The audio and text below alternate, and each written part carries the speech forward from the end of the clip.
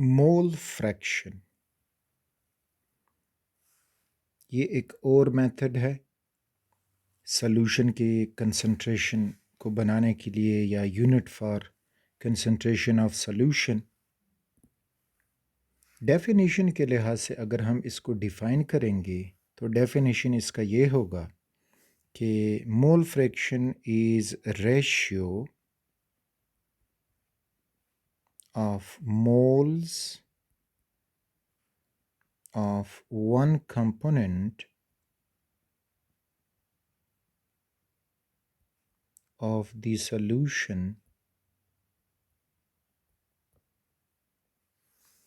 to the total number of moles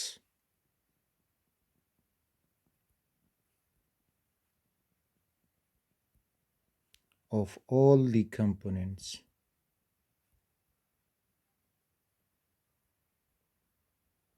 of solution।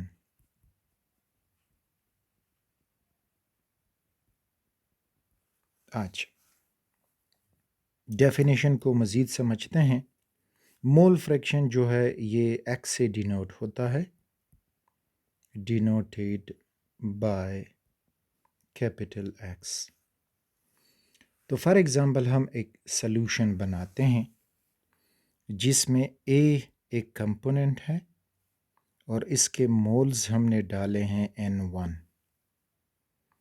और इसमें हम B एक दूसरा कंपोनेंट है जिसके मोल्स हैं N2।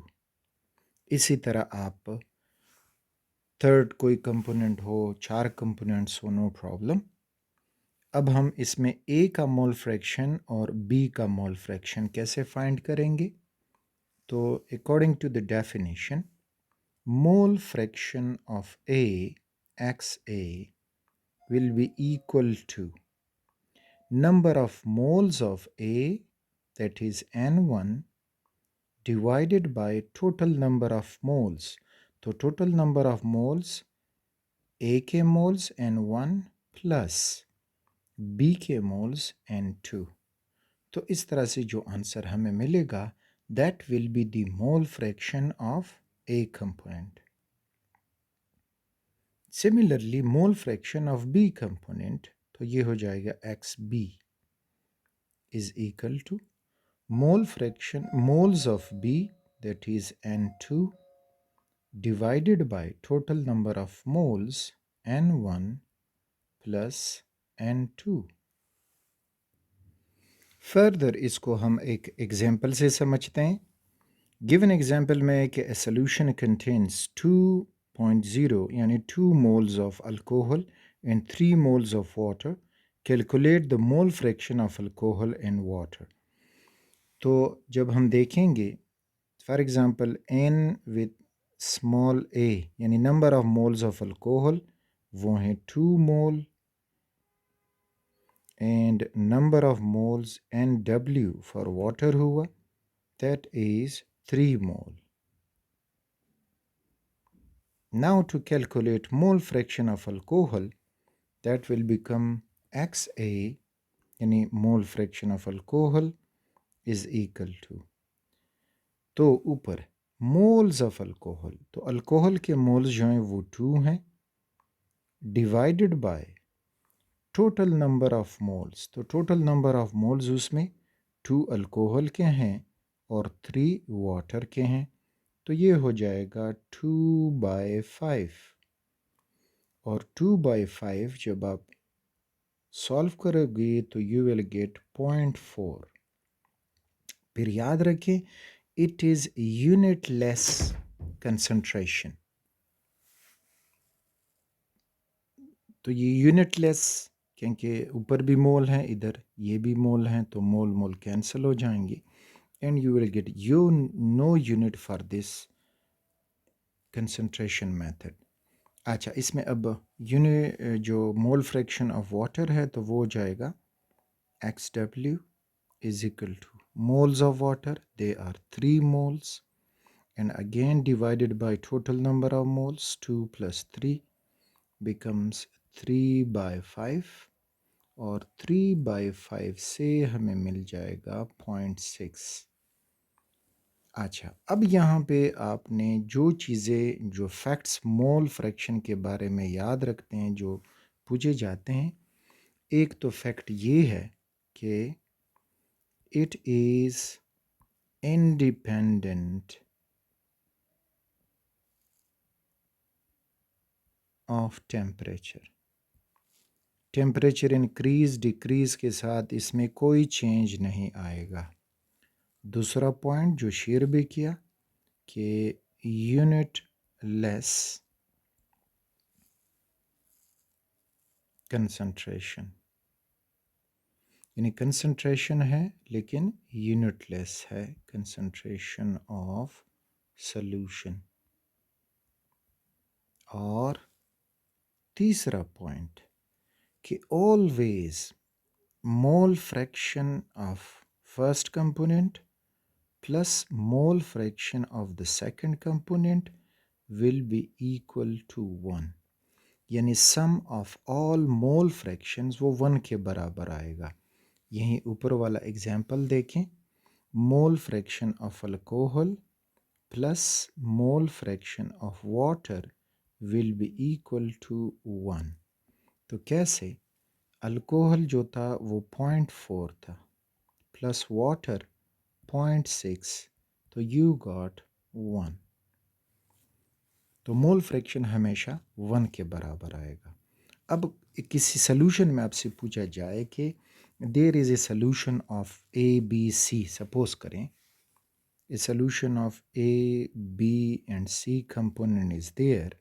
अब आपसे कहा जाता है कि what will be the mole fraction of C. तो मोल फ्रैक्शन ऑफ सी वो मांग रहे हैं, तो उन्होंने लिखा होगा कि 0.8, 0.6, 0.4 या 1 लिखा होगा, लेस देन 1, सॉरी इधर मैं लिख दूं लेस देन 1। अब ये हैं, suppose these are choice A, choice B, choice C and choice D. उन्होंने कुछ वैल्यू नहीं दी हैं कि हम एग्जैक्ट बता सकें कि अब मोल फ्रैक्शन ऑफ सी क्या आएगा, लेकिन अगर जो भी आएगा that will be less than 1, so this is the choice. अगर बी का भी पूछ लें तो लेस देन 1, ए का भी पूछ लें तो लेस देन 1, ठीक। अच्छा, दूसरा पॉइंट आपसे पूछा जाए कि mole fraction of distilled water, mole fraction of distilled water,